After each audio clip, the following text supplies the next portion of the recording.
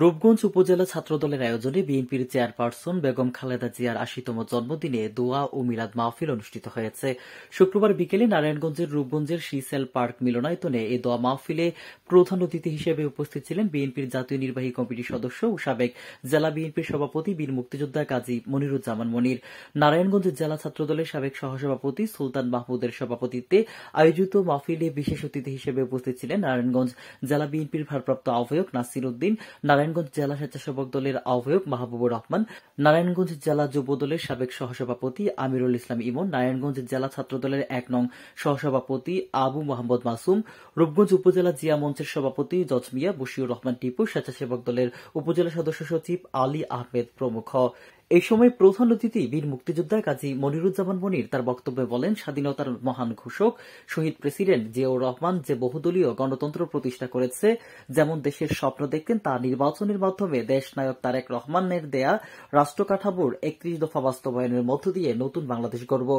আজ বেগম খালেদা জিয়ার জন্মদিনে আমরা মহান আল্লাহর কাছে সুস্থতা ও দীর্ঘ হায়াতের জন্য মন ভরে দোয়া করেছি, দেশবাসীর কাছে দোয়া চাই। আয়োজিত অনুষ্ঠানের সভাপতি সুলতান মাহমুদ তার বক্তব্যে বলেন, ৩ বারের সাবেক প্রধানমন্ত্রী ও বিএনপির চেয়ারপারসন বেগম খালেদা জিয়া গণতন্ত্রের আপসহীন নেত্রী। বিগত সময়ে আওয়ামী নির্যাতনের শিকার হয়ে অর্ধশতাধিক মামলা মোকাবেলা করেছি, কিন্তু দলীয় কোনো কর্মসূচি থেকে পিছপা হয়নি। আজ আমাদের মহিষী নেত্রীর জন্মদিনে তার সুস্থতা ও দীর্ঘায়ু কামনা করছি।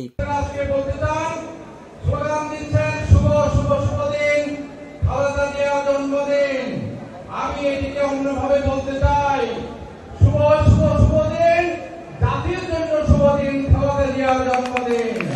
আমাদের মাথা অবনত হয়ে আছে, সেটি আমাদের নেত্রী খালেদা জিয়া আজকে আমার মনে আছে।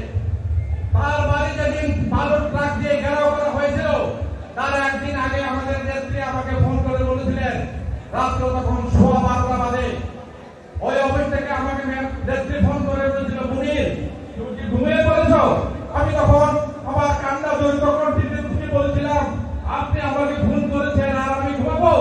আমি তো জানতে পেরেছি আপনার বাড়ি, আপনার অফিস যেখানে আপনি অবস্থান করছেন, সেই অফিস স্বৈরাচারী শেখ হাসিনার পুলিশ বাহিনী বালুর ট্রাক দিয়ে ঘেরাও করে রেখেছে। তখন উনি আমাকে বলেছিলেন, বিশ্বাস হারাবা না, সাহস রাখবা, আমি এই দেশের মানুষের জন্য জীবন দিব, কিন্তু শেখ হাসিনার কাছে আমি কোনোদিন অবনত হব না। আজকে দেশনেত্রী বেগম খালেদা জিয়ার জন্মবার্ষিকী উপলক্ষে আমাদের নেতা জনাব কাজী মনিরুজ্জামান মনির বক্তব্য রাখবেন, আমরা তার কাছে শুনব। বেগম খালেদা জিয়া ছিলেন আমাদের অনুপ্রেরণার উৎস, যিনি বিগত স্বৈরাচারের সরকারের আমলে এবং 1/11-এর পর যাকে ফখরুদ্দিন মঈনুদ্দিন সরকার বলেছিল যে ওনাকে দেশ থেকে চলে যেতে, তাহলে ওনার কোন জেল জুলুম কিছু হবে না।